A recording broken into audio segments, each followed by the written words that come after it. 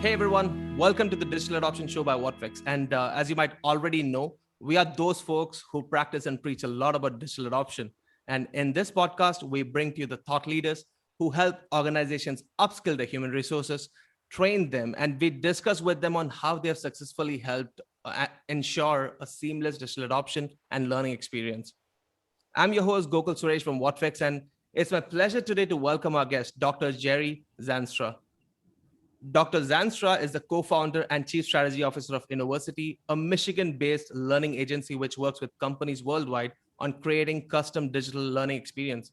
And he has been with Innoversity since its inception about a decade ago, and is also a professor of economics and an ordained minister in the Christian Reformed Church. Dr. Zandstra, or if I may, Jerry, welcome to the Digital Adoption Show. Really Thank you, excited for this. Gokul. And Jerry is just fine. Yeah, that's perfect. Yeah, that'll be more convenient, right? And so, perfect. So, welcome to the show, Jerry. And before we start off with the podcast, I'd love to learn more about you from yourself, right? So, could you give me a brief introduction for me and the audience? Certainly. Much of my career has been in academics. I have 2 master's degrees and 2 doctorates. So I've spent a ridiculous amount of time attempting to learn things. And we founded Innoversity with my partner, who had spent about 20 years in IT. And so we figured between my academic background and his IT background, we should be able to make a dent in the universe as far as digital learning. For myself, I am married. My wife and I have 3 sons. They are all grown. 2 of them are married, and the joy of our life is our 8-year-old granddaughter. So we have a very good life. Our life is full of a lot of opportunities to learn and a lot of joy. So a lifelong learner, right, Jerry? Well, yeah, I knew at one point I was completing a PhD, and I was doing homework, and my children were also doing their homework in high school. And I think my wife looked at me, Gokul, and said, "Okay, enough now already." And so but yeah, I've been a lifelong learner.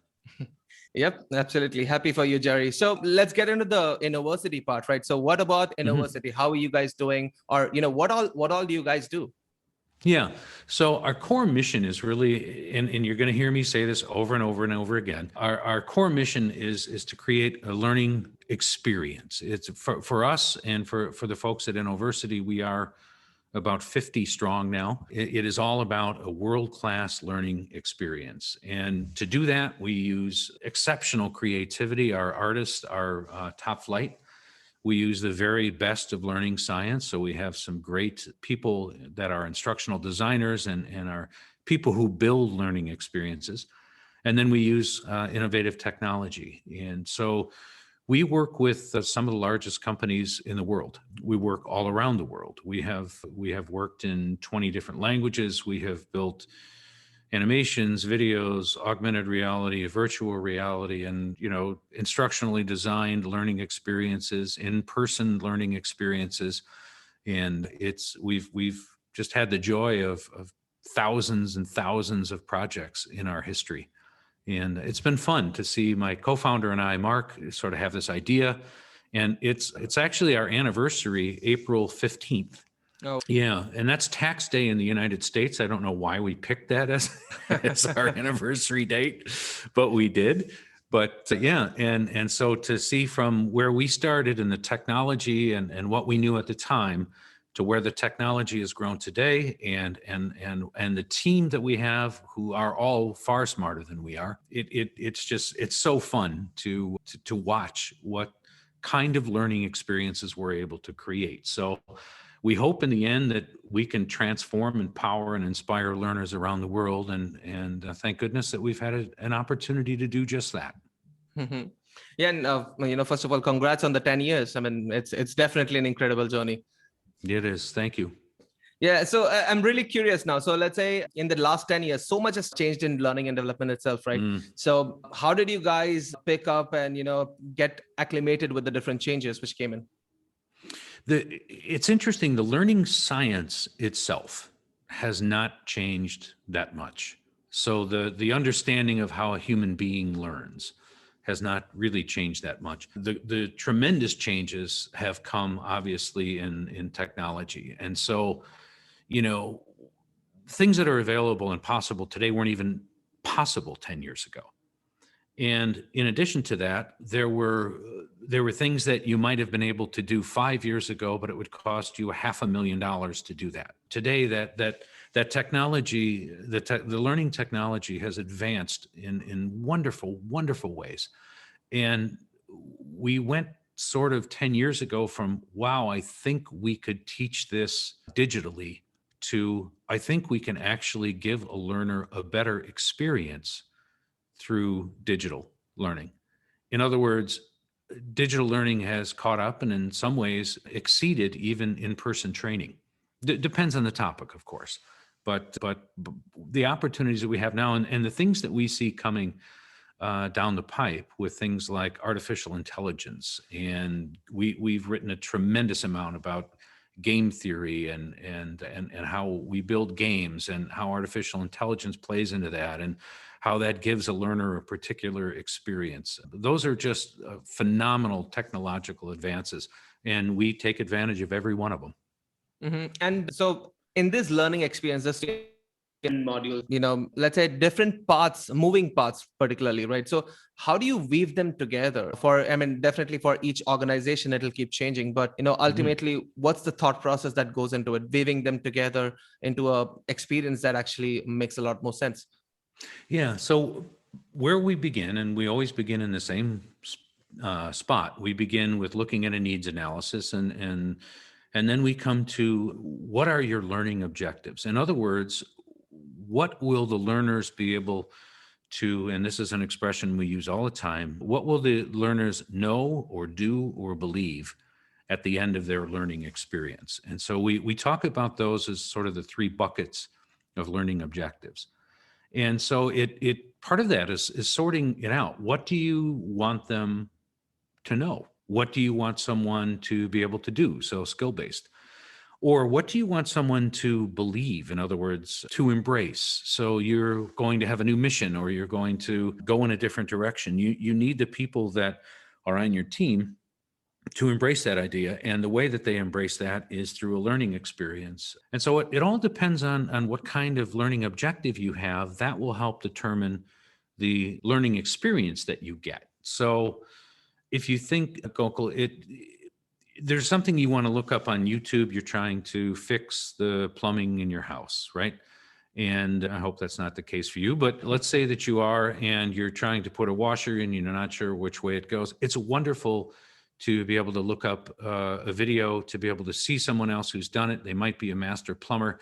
And the thing is, at that moment, I don't need all the history of plumbing. I don't need you to go back to the Roman Empire. I don't need you to talk about all of the theory or plastics or mechanics part of plumbing. I just need to know how to put this washer in this moment right now. That just in time, sort of that lean manufacturing concept is so fantastic that we can learn in that moment. And so sometimes for our clients, we need to create the opportunity for their learners to learn just in time, in the moment. They get what they need. They get it immediately. They don't have to search for it, and they don't have to find the 30-second, jewel in 20 minutes of learning. They can find what they need immediately. Sometimes the learning experience, really great learning experiences for me anyway, and this is a big word to me. This is a kind of a personal thing, but curiosity. I really want our learners to either have their curiosity answered or to drive their curiosity to. Marvelous things happen when people get curious. They start to wonder, they start to ruminate, they start to think, they start to consider. And so if you can get somebody curious, just wondering about something, that is a powerful, powerful driver. Yeah, totally agree. And in fact, with the advancement of the social networks and the type of media that we have right now, I think we learn something or the other every day, right? So it's just being curious there. Yeah. It is, but that curiosity can now be fed by instant information. It can be fed by an experiential component to learning where I'm doing augmented reality or virtual reality. It can be fed by artificial intelligence. It can all be creative and beautiful and aesthetically pleasing. And if you can pull and still all built on solid learning theory, if you can pull aesthetics and theory and technology together, I'd say you're Steve Jobs. I mean, if you could pull those things together Mhm. in a learning experience, that really is the key. Is getting those three components to work together in a learning experience that you know answers and drives curiosity in a learner. Yeah, and but Jerry, so let's say each person has a different style of learning. I mean, different pace, different Mhm. time to learn, and different ways they absorb the content over there. So, how do you deal with such a case where you have to meet everybody's needs, but you have to deliver it in a way that it's comfortable for them? You do. You can certainly give learners options. And again, after you've decided, the very first question is, what do you want the learner to be able to know, do, or believe at the end, right? That's the first question. The second question is, who is that learner? Hmm. And you need to know that. Sometimes learning teams get stuck on thinking the learning is about the team that is creating the learning, and you lose focus of the end user of the actual that's the person on whom you want to have an impact. And so you have to spend a lot of time thinking about the learners. What is their experience? What is their current depth of knowledge? And you have a 22-year-old who has 1 year of experience sitting next to somebody who is a 22-year-old veteran at the company, right? Who has been Yeah. doing that job before that 22-year-old was born. And you have to train and you have to give both of those people an opportunity to learn. So, we use techniques like allowing a person to do pre-test and test out of things, because there's nothing more boring than learning what you already know. I would actually argue you're probably not learning anything at that point because you already know it. And you want to always give people an opportunity to dive deeper if they want to. So I don't know if you've ever been stuck in a Wikipedia hole, but you look up Queen Elizabeth I, and pretty soon, Oh right, yeah. you're right, and 2 hours went by, and you don't even know what happened, right? But that Wikipedia is giving you an opportunity just to dive into another subject. Things are highlighted, how to learn more, and so if you can get people to start where they are in the level in which they are, and then give them the opportunity to explore, which is getting back to curiosity. You can do this, and some of the organizations we deal with have, more than 200,000 employees. Hmm. And so, but there are some powerful technical tools, again, things that weren't available to us a long time ago, that really help us get at and track who are those learners? Where are they? What are their language issues? What is their background? What is their education? And so on. And the more granular we can get there, the better we can serve learners. Understood. And so then there are a lot of ways of learning as well, right? Now you said VR, AR, learning in the flow of work. That's something which is a buzzword which keeps on coming up. Then Yes. the whole e-learning aspect. Now, how do you decide what mix should we keep? Right. Everything has a pro and con over there. So like, how do you actually decide which is a better ways to go for a particular organization? That goes back to the needs analysis, and so we have a kickoff meeting, and it's funny because sometimes our clients want to jump right into building, and the analogy that we often use is that if you're going to end up with a great home, you need to start with a great blueprint. If you start with no blueprint and a pile of wood, you're not going to be happy at the end. And so that blueprinting process, we do an enormous amount of what we call curriculum mapping. We do that. We do it for every single client that we have. We do a needs analysis so that we understand what types of learners they have. And then, depending on the types of learners, we will give them a variety of different experiences. Somebody who is my age at 56 is going to learn very differently than somebody who is 26. And what that person grew up with and what I grew up with books. It was books and movies, right? That's it. Mm-hmm. And the 26-year-old has grown up with many, many fewer books, but many, many more opportunities in a whole variety of ways to learn. And so, age differences have to be accounted for, and giving people different experiences that will fit for them. I often learn best still because of my childhood with a physical book. I like Mm-hmm. paper. I like the feel of a book. My boys are not that way. My children are not that way. They consume knowledge very differently than I do. Got it. And yeah, I mean, I can totally relate to that. Even I think although I enjoy books, yeah, I watch a lot of videos to consume content. So Mhm. that's my way of consuming content, I guess. Absolutely. Yep. And all of everybody that has their own preferred style says mine's the best, but that's not true. If you're getting a learning experience, and my learning experience is I read a book and I read it very, very slowly. I'll read a few sentences and then I close the book and think about it. That's my learning experience. Your learning experience is very different. And so, anybody who's going to train the two of us has to understand both of our backgrounds and our needs and design that experience to fit the person. Great. And so, in an organizational standpoint, now maybe could you help me understand how do you generally go about setting up all these different processes there? Let's say maybe it could be a case study from how you guys we have done an implementation, right? So how do you pan it out? How does the entire process go like? Most very large companies have a database of their employees, and so we can take a scattering of their data and figure out at what level and so on. Oftentimes, it's us pulling that information out of a learning team at a very large corporation, or it's a little easier. We do a lot of university work. Mm-hmm. And so we build a lot of digital learning for universities.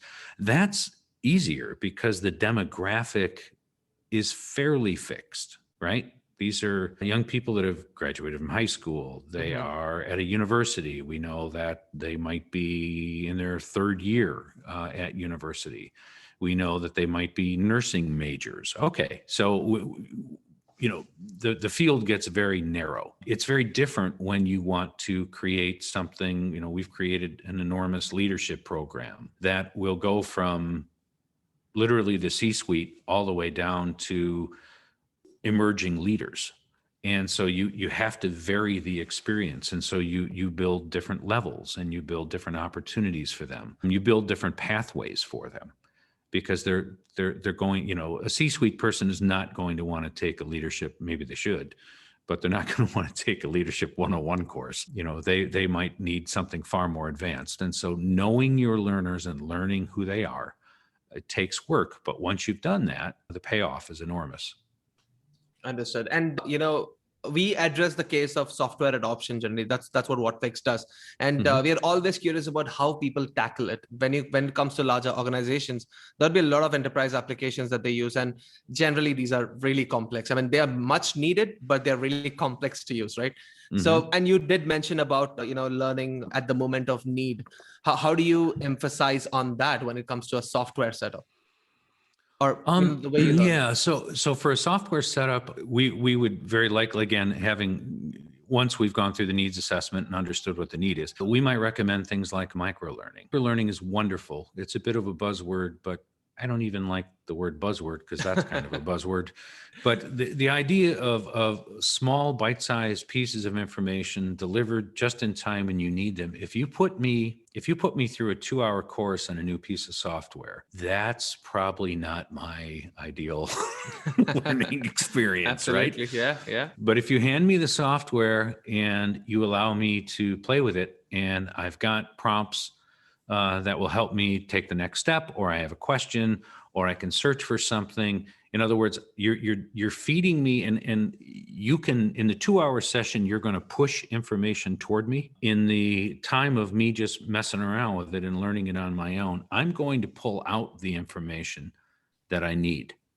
Mm-hmm. And it's a very strong and powerful learning experience when you're able to pull rather than have things pushed at you. Now, that's not always the case. There are some safety things that people don't think about and they don't care about until somebody gets injured. Those might be things you need to push. Though you need to make their compliance things, bloodborne pathogens and high-low training and things like that, where look, people need to take this every year. They need to be familiar with the processes and procedures, and then, then they can move on. But the higher level functioning things like believe, for believe and things where you want somebody to embrace a new set of ideas, you might need to build scenarios. They might need to make decisions, and those decisions have real life consequences. You might need to build a game for them to play. I'm writing an ebook right now on what it takes to actually build a true game.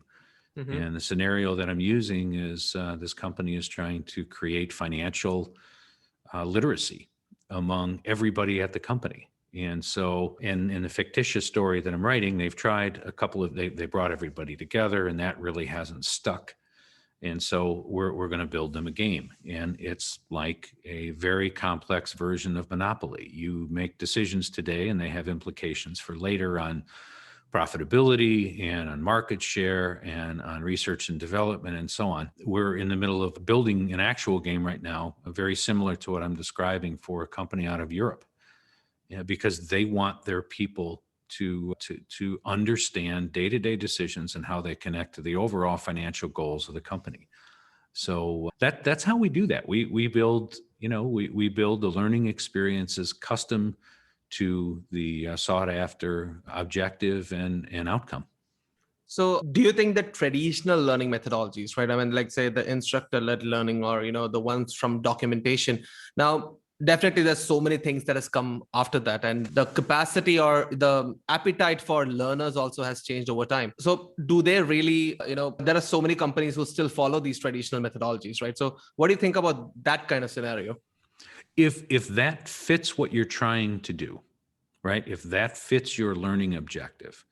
So if the C-suite decides that they're going to change the mission and the vision, and they're going to go in a new direction, and they've got 500 managers, I think sending them an e-learning module on here's the new direction we're going to go is not going to be particularly effective. You need to bring those people together, probably at least the key ones, face to face. You need to spend some days with them. You need to answer some questions. You need to talk about the roots of your decision. So it isn't the idea that digital training is replacing instructor-led or in-person training, just isn't so. All we have is more tools in our toolbox because of the technology. The learning science hasn't changed, but we instead of one learning experience where, here's a book, or I can sit in front of you and learn from you. Now I can learn in thousands of ways. And so we haven't eradicated one kind of learning.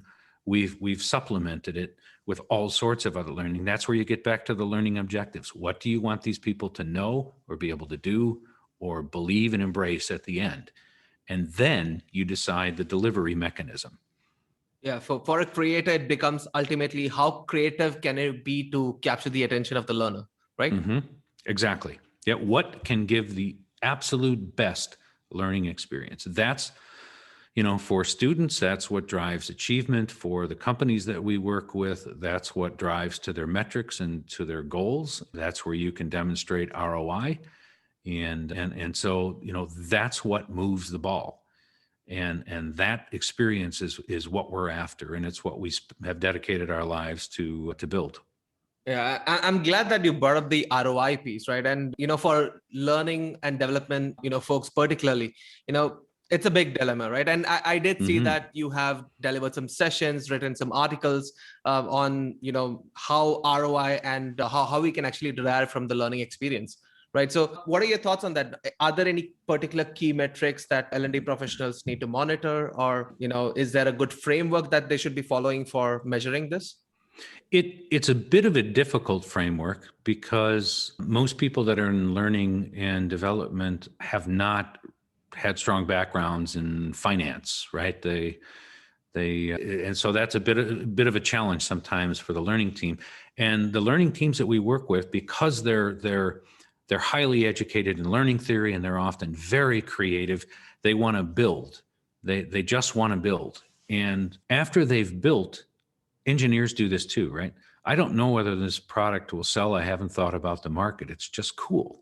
I think this product should exist, right? And they didn't spend any time thinking about how to market. With our clients, we slow them down at the very beginning to say we need to think about the metrics now. And there is not one set of metrics. A metric could be anything from reducing injury to increasing purchasing power to gaining market share to efficiency gains. It all has to do with your initial learning objectives. What is it that you want to do? And once you have determined what that is, then you have to build a number of metrics to be able to measure it and to be able to, it has to be demonstrable.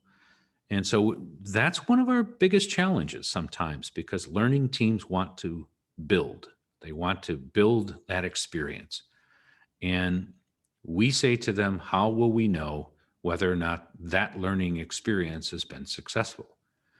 And it isn't just that the learner enjoyed it or you got high rankings. There have to be, and where there can be, physical numbers. So we built a very, very significant, for sort of a call center training for one of the largest retailers in the United States.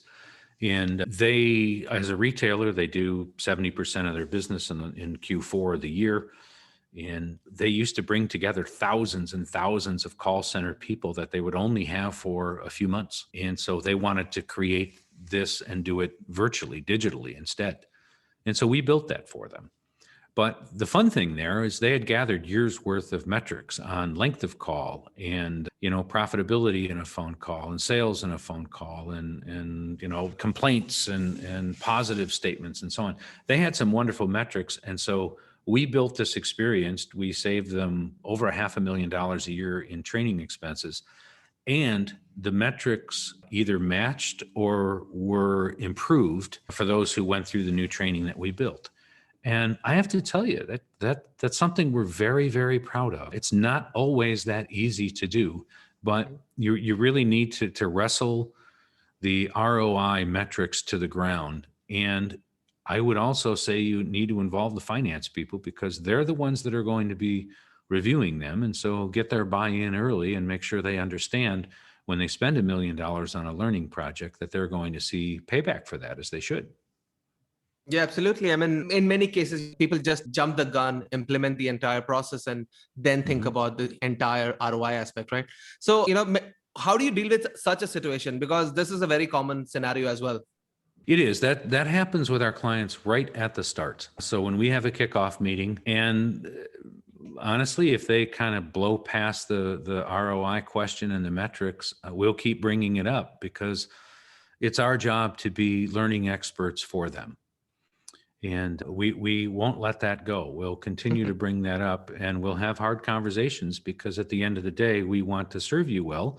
And if we don't have these conversations about return on investment, we're not serving you well. We're not doing what we're supposed to be doing. So sometimes those things get a little contentious, but we want to do the very best we can. And that means helping them right out of the box figure out what they're going to measure. Sometimes we help them measure it. Sometimes we help them compile that data. Sometimes we help them interpret that data. And they find at the end, wow, we had never done that before. But now, we aren't just, oh yeah, there's this training division over here. We actually moved the ball. We made a difference in our organization. Whether it's a nonprofit or a for-profit or higher ed, we made a difference. And when you make a difference, especially in a large corporation, strange things happen. You get more people and more funding is usually how that works. Yeah. Interesting. Then, another one I want to touch upon is the feedback plan, right? So very essential for anybody who creates a learning content, and ultimately delivery and the process and everything works out. But what's missing? I mean, how do you gather the feedback in a very prompt way, in a way that is scalable? Yeah. And especially in large organizations, you mix qualitative and quantitative, right? You can, it's always easy to do the quantitative, right? You can send out surveys and you can ask people to take a survey at the end of their learning experience, and you'll get a certain picture, you get a certain perspective. And then people say, well, they really liked it. Okay, but that's a start. That's a place to begin. It's probably worth having a conversation with a half a dozen or a dozen of them randomly and dig into that a little bit more. What did they like? Why did they like it? And then again, if you can tie metrics back to it to say, okay, these people had this training, they enjoyed it. And again, I know of several examples. We had one of our largest clients, an enormous company, a global company. They brought together 1,200 people to talk about a new system that they were going to put in place. So they flew them in, they put them up in hotels. They spent, I think, 3 days training everybody, and then they sent everybody home. And you know what happened when they got back? Nothing changed. None of the metrics. It was particular to supply chain management. And so the people and the surveys were all impressive. They know this was a great experience, and they had a wonderful social time. They learned some things. They learned how to do some things differently, but they didn't embrace any of it. Then they came to us. And so we built a whole bunch of experiential components. We built micro learning for them that would feed them just in time when they needed it. We did animations and we did videos and we made things interactive and we built some scenarios, and that moved the needle. The interesting thing is the subject matter never changed. The delivery changed. And so, yeah, that makes a difference. Yeah, makes a lot of sense. All right, Jerry. So for the next section of the podcast, it's a rapid fire round. So, I'm just going to ask you a bunch of questions, which is not a lot about learning, but something a little bit more personal as well. So all good with that? Absolutely. I look forward to the lightning round. Who doesn't? Awesome. So let me start with this. What are your favorite books that you would recommend to all those who are listening to the podcast now?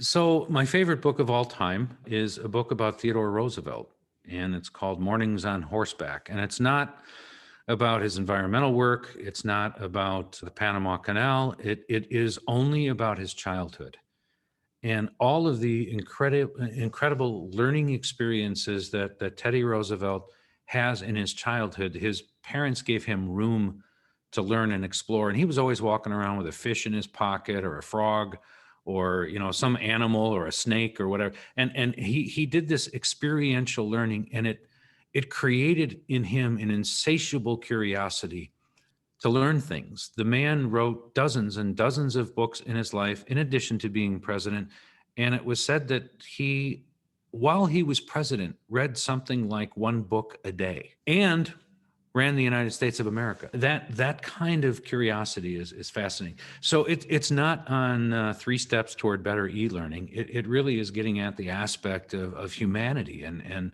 how you build curiosity in the mind of someone. And so that's one of my favorite books. All of my boys have read it.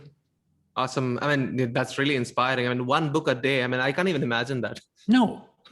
They would say, they say in the book that when he had meetings, he would read he had 8 minutes between meetings, and he'd just have a book there and he'd pick it up and then he'd have a meeting and put it down and then in between. So, but a book a day. Wow. Awesome. So here goes the next question. The future of L&D is constantly changing.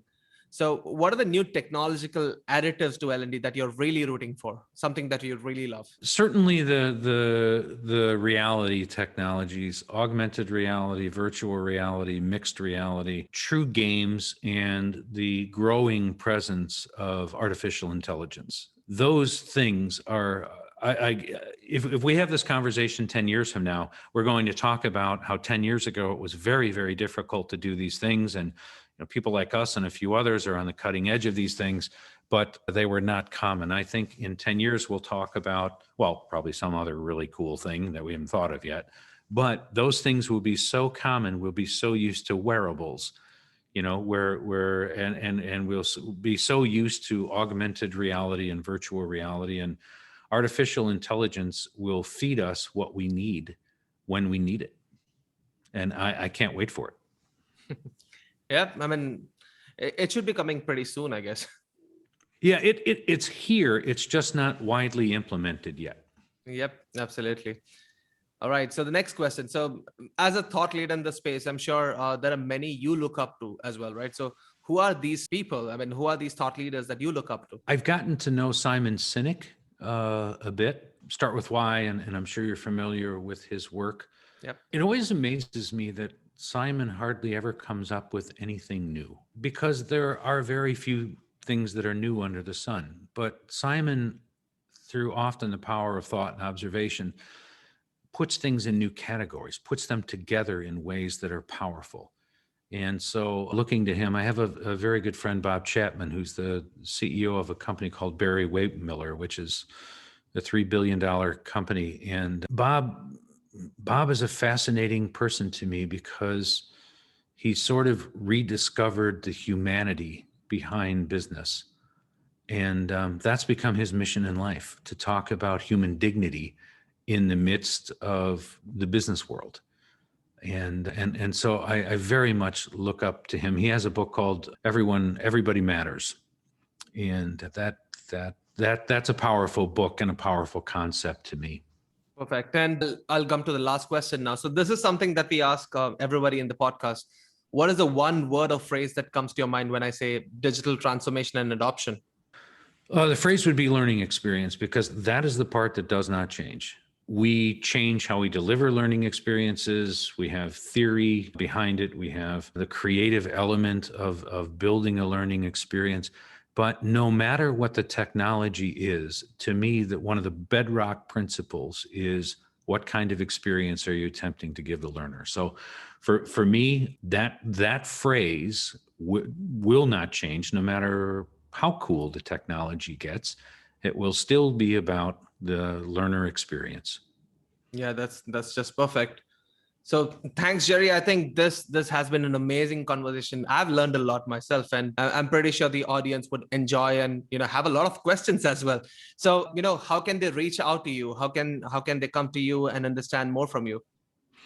Yeah, they can certainly go on our website, which is www.inno-versity.com, or they can email me at Jerry@Innoversity, INNO-VERSITY, Jerry@Innoversity.com. And these are conversations that I very much enjoy, and I'm so honored that you gave me the opportunity to think through some of these things with you, Gokul, and I so appreciate your time.